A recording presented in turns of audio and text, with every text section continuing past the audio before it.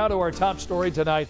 Hundreds of Hoosiers are spending tonight without running water because the apartment complex didn't pay the bills. People at Berkeley Commons and Capitol Place Apartments say they paid their water bills, so why are they being punished? Marion County Health Department is already threatening to take property owners to court. So tonight our Emily Longnecker begins our big story by explaining what a potential legal battle could mean for the families impacted.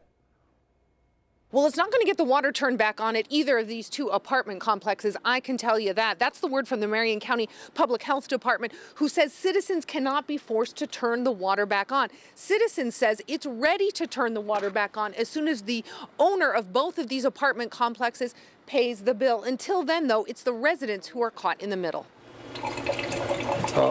Like Adil Carrillo and his family watching the last drops of water drain from their lines. Well, and actually my wife says she has to wash dishes, but she don't wash dishes because no water. Carrillo and his family, like the rest of the people who live at Capitol Place Apartments, won't be able to shower or flush their toilets either until the water comes back on.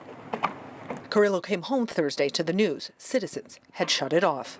No one told nothing about it to us. My son called me and said, "Mom, there's no water." Evelyn Adame found out her family didn't have water when her son and husband called her at work. It's not fair because we've been paying our rent every single month. What are they doing with the money? That's the question Adame and others came to ask at the management office Wednesday when they got these notices from citizens. So the people came in and said, like, "Hey, what's this paper?" And they're like, "Oh, don't worry about it. It's not us." They got confused. By Thursday afternoon, though, it was residents who were confused with no water and no answers about why or when it would be restored. Water these residents say they pay for in their monthly rent. Our rent is pretty high for us to just be having stuff cut off. It was the same story for residents of Berkeley Commons Thursday morning when citizens shut off their water, too. According to a statement from citizens, both complexes are managed by Aloft Management. That's the same company listed in court documents for two other Indianapolis apartment complexes that experienced similar issues in the past year, with those residents also facing threats of utility shutoffs because of overdue bills. It's not fair because we have kids. For residents like Evelyn Adame, just trying to take care of a family like many others here, it comes down to the basics of human dignity. And how are they going to shower?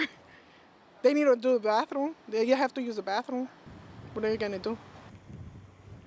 Now, the Marion County Health Department filed an emergency violation notice telling property owners to get that water turned back on at both of those apartment complexes.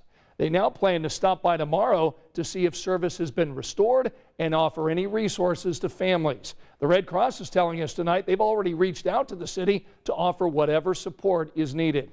Now, if you end up in a similar situation where your landlord is cutting off utilities that you've paid for, there are steps you can take. Our Allison Gormley continues our big story tonight, breaking down the rules every renter needs to know. State code requires landlords to provide heat, water, and appliances. But what if you're paying your bills and you're still at risk of losing those services? What can you do? Well, for starters, you can take them to court and seek damages.